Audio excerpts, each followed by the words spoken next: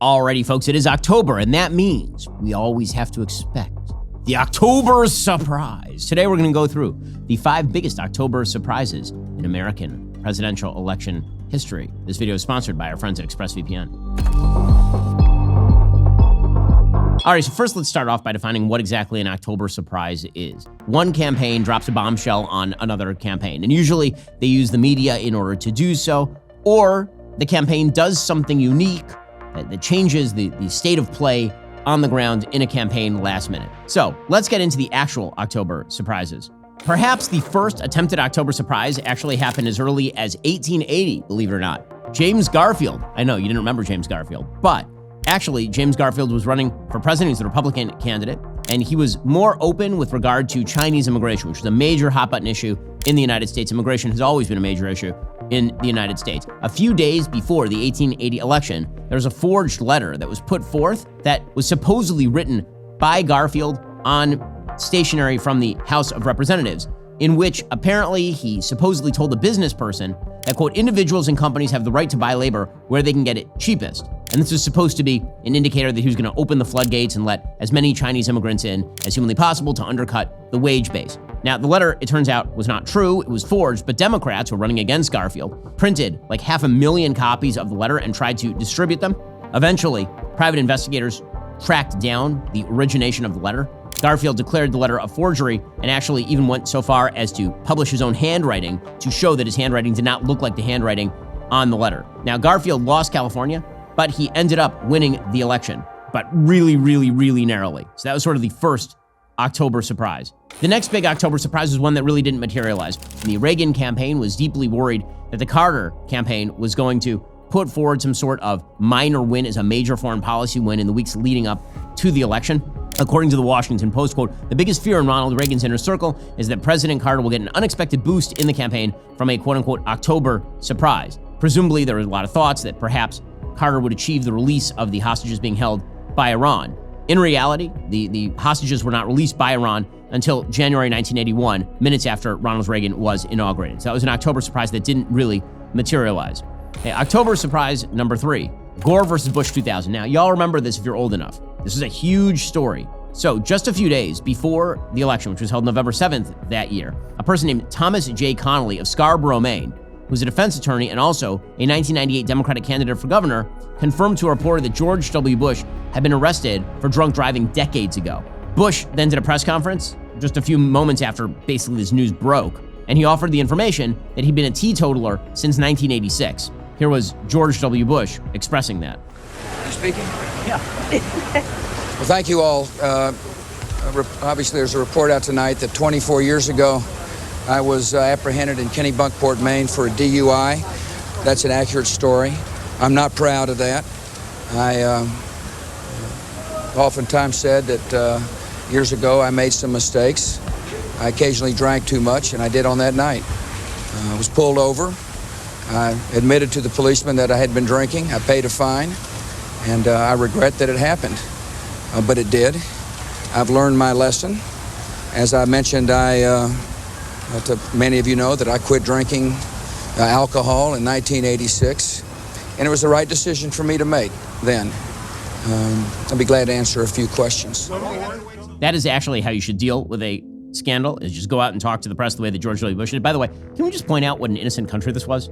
Seriously, like the year 2000, the biggest scandal they could drop on George W. Bush is that like 20 years prior, he'd had a DWI. That's crazy. We currently have a vice presidential candidate, Tim Walz, who also had a DWI and then lied about it, like openly lied about it repeatedly for years by claiming he had hearing loss. And that apparently is not even a story. We have in this election a candidate's husband who allegedly beat a woman up in 2012 and was like sexually harassing the help at a law firm and knocked up his nanny. Everybody's like, oh. It's how far we have come in a short period of time. Not for the better in this country, I might add. Now, because Bush handled that well, it really had very little impact on the election. But if you remember at the time, it actually did tighten the polls fairly significantly. Bush was ahead. He was widely perceived to be winning the election. And then, of course, it tightened up dramatically in the final few days because of that. Partially because Bush was running on a sort of restoration of decency to the Oval Office after the Clinton years. We'll get back to more on October surprises in a moment. First, using the internet without ExpressVPN, it's like leaving your kids with the nearest stranger while checking out at your local grocery store. Most of the time, it's probably fine. I mean, that person looks trustworthy, but it's not a smart idea. It's really stupid. Don't do it. Every time you connect to an unencrypted network at cafes, hotels, airports, any hacker on that same network can gain access to your personal data. We're talking passwords, financial details, everything. Don't think this is some high-tech operation. It doesn't take much technical knowledge to hack somebody. Just some cheap hardware is necessary. A smart 12-year-old could do it. Your data is incredibly valuable. Hackers can make up to $1,000 per person selling personal information on the dark web. That's why I use ExpressVPN. When you use it, your ISP can't see your online activity. It creates a secure encrypted tunnel between your device and the internet. Hackers can't steal your sensitive data. We're not talking about some flimsy protection here. It would take a hacker with a supercomputer over 1 billion years to get past ExpressVPN's encryption. That's right, billion with a B. It's also incredibly easy to use. You fire up the app, you click one button, and now it's all protected. Plus, it works on all your devices. We're talking phones, laptops, tablets, and more. So you can stay secure on the go. Secure your online data today. Scan that QR code on screen, click the link in the description, or visit expressvpn.com/BenYT. That's expressvpn.com/BenYT to get 3 extra months free. expressvpn.com/BenYT right now to learn more. So in 2016, there were a couple of October surprises. October surprise number 1 came October 7th, 2016. That's when the Washington Post released a 2005 video where Trump was caught on hot mic talking to Billy Bush, saying that when you're a star, they let you do it. This is the famous P-word tape, of course. And Trump, because Trump is Trump, was like, I'm not apologizing for that. Bill Clinton has said way worse stuff than that before. Here was Donald Trump's response. I've said some foolish things, but there's a big difference between the words and actions of other people. Bill Clinton has actually abused women, and Hillary has bullied, attacked, shamed, and intimidated his victims. So Democrats were trying to run up the score with women. The idea here is that Trump was a vicious misogynist, and that therefore he could not be made president of the United States. And this did have a pretty dramatic impact on the campaign. There was a lot of talk in Republican circles about whether Trump should even drop out because he was trailing Hillary really badly in the polls at that point. Trump instead stuck it out, and he ended up winning, in part because of the second October surprise of that year. This one was not dropped by the Trump campaign. This one was dropped by James Comey. What happened here is that James Comey, earlier on in the year, in a ridiculous attempt to cover for Hillary Clinton, let her off the hook for mishandling classified information. And then on October 28th, then FBI Director James Comey announced in a letter to Congress that he would take appropriate investigative steps to review additional emails related to Hillary's use of a private email server. So new emails were found. Those were found on the laptop of disgraced former Congressman Anthony Weiner, who of course had been sexting with the teenagers. Hillary Clinton then responded to Comey's decision by declaring the FBI should be fully transparent and release the full and complete facts on what exactly was in the emails. There's no question this hurt Hillary in the final days of the election, and it was such a close election. Hillary then made the claim that it was Comey's fault that she lost the election. The reality is no one liked Hillary Clinton. The 2016 election was about how Hillary Clinton was a very bad candidate who didn't need to do what she needed to do to win. All right, 2020, the October surprise that wasn't.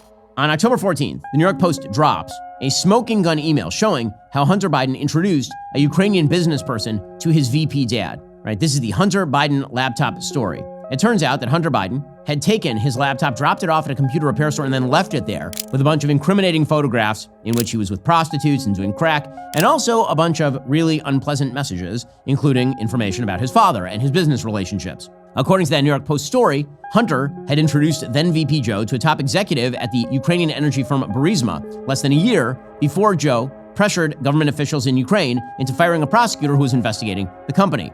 The entire intelligence apparatus activated on behalf of Joe Biden then came out and said this was all Russian disinformation. They never explained quite how it was Russian disinformation, but that resulted in social media taking down the story. It was deemed misinformation, and thus the information was just buried in the final days leading up to the election.